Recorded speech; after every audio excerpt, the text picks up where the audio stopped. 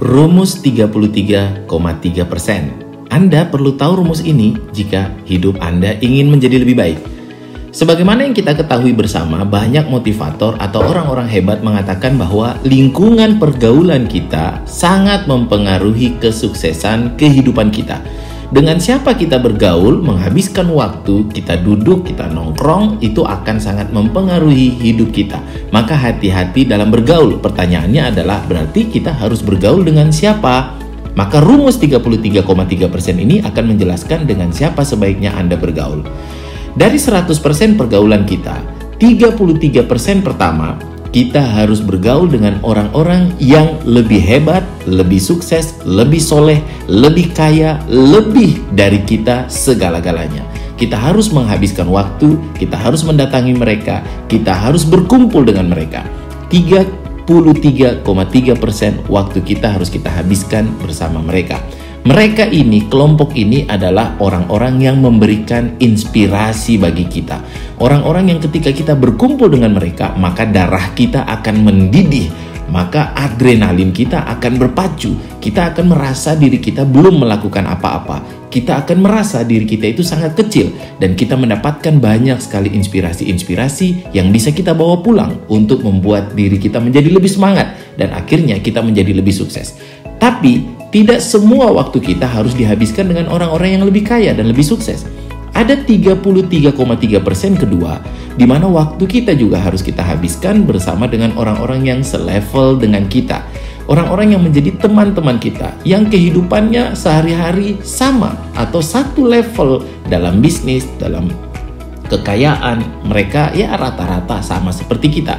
Disinilah tempat kita bersosialisasi. Kita jangan meninggalkan kelompok ini. Nanti kita bisa dibilang sombong ya, sekarang sudah mainnya sama orang kaya terus. Nah, kita juga harus berteman dan bersosialisasi dengan orang-orang yang mungkin teman kecil kita, teman sekolah kita. Kita berkumpul dengan mereka untuk berbagi cerita, bersosialisasi. Dan yang terakhir, 33,3% terakhir waktu kita harus kita habiskan dengan orang-orang di bawah kita, yang level kekayaannya, level kesolehannya, level bisnisnya, level pengetahuannya di bawah kita. Disinilah tempat kita berkontribusi untuk mengangkat mereka menjadi lebih baik. Maka kita harus punya 3 lingkungan ini. Jangan hanya salah satu. Kalau kita hanya bergaul dengan orang-orang yang ada di bawah kita terus, 100% waktu kita gunakan untuk berkontribusi, kita gunakan untuk membantu orang, maka pada akhirnya diri kita lah yang tidak akan bertumbuh. Diri kita hanya akan begitu-begitu saja.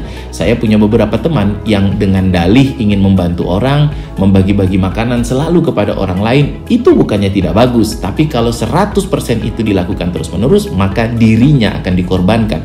Dia akan seperti lilin yang mencoba untuk menerangi sekelilingnya, tapi dirinya akan terbakar habis. Dia tidak akan bertumbuh karena tidak memiliki inspirasi untuk bertumbuh. Begitu pula ada teman-teman saya yang sebaliknya, yang bergaulnya hanya dengan orang-orang yang selevel dengan dia saja. Dia kongko di sana, di sini, dia nongkrong di sana, di sini. Dia tidak punya lingkungan yang menginspirasi dan juga tidak punya kontribusi. Kehidupannya tidak bermakna karena lingkungannya hanya lingkungan yang hanya sosialisasi saja.